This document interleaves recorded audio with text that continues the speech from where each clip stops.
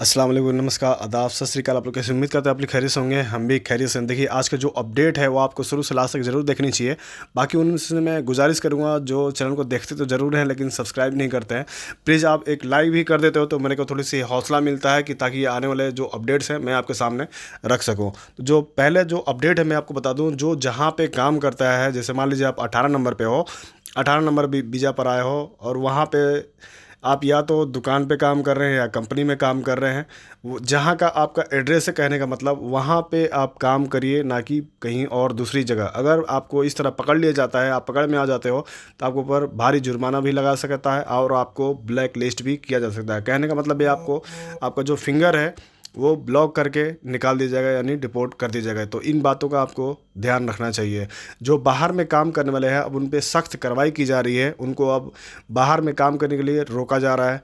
आप भी बाहर में काम करते हैं तो आप कोई भी आज के बाद यानी बाहर में काम नहीं करेगा। इन बातों का आप ख्याल रखें। मान लीजिए क्या है कि इसी की वजह से मतलब थोड़ा सा सह मिलता है, जैसे मतलब जो कुवैत में क्राइम होते हैं जो इलीगल में, तो सबसे ज़्यादा उन्हीं में शामिल होते हैं जो बाहर में काम करने वाले हैं। जैसे मान लीजिए कि आप खादिम में थे, आप बाहर में भाग के काम कर रहे हो, आपसे हो सकता है गलत काम करवाया जा रहा है, आपको अंदेशा ना हो कि इसके अंदर क्या है।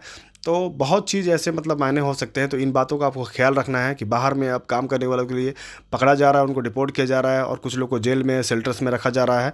तो इन बातों का आपको ख्याल रखना चाहिए। आपको घर जाना है तो इंडियन एम्बेसी का हेल्प लेके आपको घर को चले जानी है। या तो देखिए, आपके पास पासपोर्ट भी नहीं है तो आप जाइए एम्बेसी में बात करिए। इस एक तरीका होता है। तो पासपोर्ट किस लिए नहीं दिया, क्या वजह है, सारा आप जाके वहाँ पे अपनी जो भी रिपोर्टें हैं वहाँ पे जाके अपना दर्ज कराएं। नहीं तो आपको ज़्यादा प्रॉब्लम्स है, मकफ़र में भी जाके अपने आप को सरेंडर करिए, हाजिर करिए कि मेरे को ये चीज़ का प्रॉब्लम है, मेरे को अब घर जाने का है, तो मैं भागा हुआ था। जो भी है आप डरिए मत, डर के आगे जीत होता है, आपको एक हौसला रखना है। बाकी कुछ भाइयों का जैसे सवाल रहता है, देखिए मैं आपको बता दूं, आज का जो एक बड़ी अपडेट निकल कर ये आ रही है कि छूट में कब तक आपको घर जाने का एक मौका, सुनहरा अवसर मिल सकता है। ईद के बाद इंशाल्लाह हो सकता है आपको एक अच्छी खबर मिले, जो कि मेरे ही थ्रू सबसे पहले मैं आपको छूट के माध्यम से, क्योंकि मेरा सबसे ज़्यादा जो फोकस रहता है वो जो बाहर में इलीगल तरीके से काम करने वाले हैं, उनको या तो मान लीजिए वो आए हुए थे, वो कोई काम में फंस गए थे, उनको गलत काम में डाल दिया गया था, या उनको मतलब और भी परेशानी बहुत तरह की, मतलब किसी को सैलरी ना मिलना, खाना ना मिलना, या काम जो आए थे जो काम में वो काम ना दे करके कुछ और काम कराए। यही वजह होती है, यही मजबूरी होती है जो बाहर में भाग के काम करते हैं। तो अगर आपको घर जाना है तो आप भी राह देख रहे हैं, तो आपके लिए हो सकता है ईद के बाद आपको लिए एक सुनहरा मौका मिले, घर जाने का अवसर आने वाला है। बाकी मैं आपको बता दूं, आपको अभी घर जाना है तो आप इंडियन एम्बेसी का हेल्प लेके घर को जा सकते हैं, लेकिन उस पे बिल्कुल अभी भी आश्रित ना रहें कि मतलब आएगा ही। देखिए, जैसे ही अपडेट मिलता है हम आपको क्लियर करा देंगे।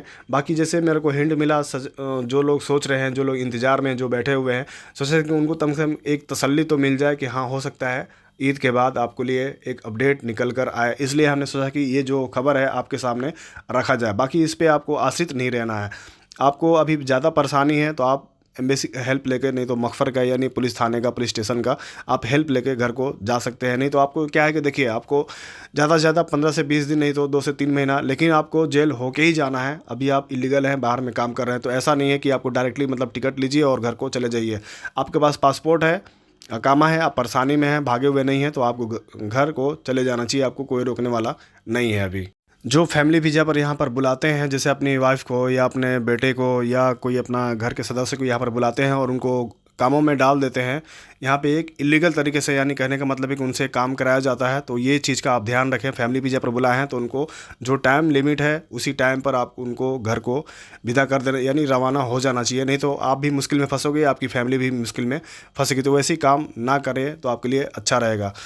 बाकी मैं आपको बता दूं, जो लोग मतलब यहाँ एक खादिम वाले हैं, उनका क्या है कि जो नए वीज़ा पर आते हैं, जो फ्रेशर में, यानी कहने का मतलब फ़र्स्ट टाइम विजिट करते हैं कुवैत में, उनको देखिए, कहने का मतलब है कि थोड़ी सी सब्र आप उनको करना चाहिए। जो फ्रेशर हैं उनको 1 साल हो गया, 1.5 साल हो गया, आपको थोड़ा सा कोई भी टाइम में समय लगता है।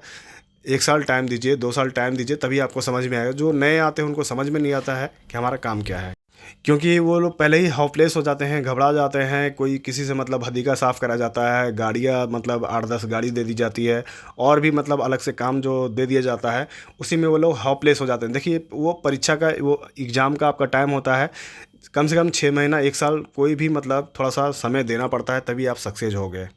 मिलते हैं फिर नेक्स्ट वीडियो में।